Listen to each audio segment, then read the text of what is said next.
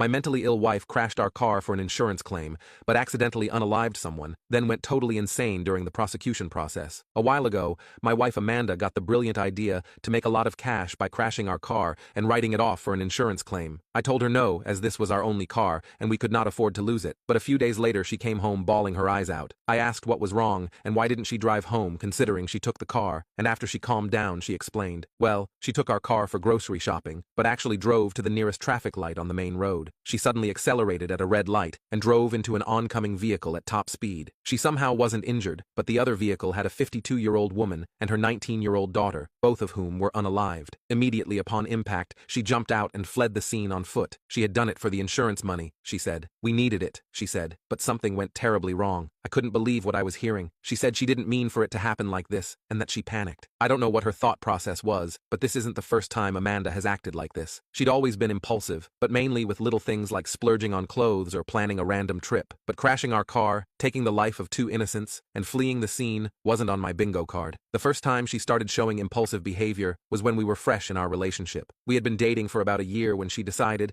out of the blue, to quit her stable job at the marketing firm to pursue her dream of becoming a freelance photographer. She came home one evening and excitedly told me she had handed in her resignation that day. I was confused at first. I asked if everything was okay and what made her do such a thing. She said that she's diving 100% into her passion. She talked about it in passing, but only seemed to take interest in it after seeing a woman's YouTube channel who travels the world as a freelance photographer, and she said she wanted to be like her. She didn't even own a camera. When I tried to ask her why so suddenly, she explained that she'd been thinking about it for a while and that she couldn't keep working at a job that she hated. She also said that the time that she spends at the firm is time that she could be putting into her business ventures. She said she was too tired to come home from work every day and try to practice photography. I admired her courage and how spontaneous she was, but I couldn't shake the worry of how she was going to help around the house at the back of my mind. We had bills to pay, and our finances weren't exactly reliable. Still, I wanted to support her dreams, so I smiled, kissed her, and told her I believed in her. The following months were tough. Without her steady income, we had to tighten our belts. Amanda threw herself into her new career, but work was slow to come by. I could see the strain it was putting on her, and in turn, it put a strain on us. I picked up extra shifts at the warehouse to make ends meet, and a lot of the time, I came home exhausted. My feet hurt, and I felt dizzy from the fatigue. But despite the stress and sleepless nights, I didn't mind it at first. I loved her, and I wanted to see her happy. Watching her light up when she finally booked a gig or captured a stunning photo made it all worth it. I kept telling myself that things would get better, that her impulsiveness was just part of who she was, one of the reasons I fell in love with her in the first place. However, as the financial pressure mounted and her career struggled to take off, the initial excitement faded. Anyways, the police arrived not long after. I watched in disbelief as they charged her and attempted to escort her out of our apartment. She resisted, however, screaming and thrashing wildly. It was like watching a nightmare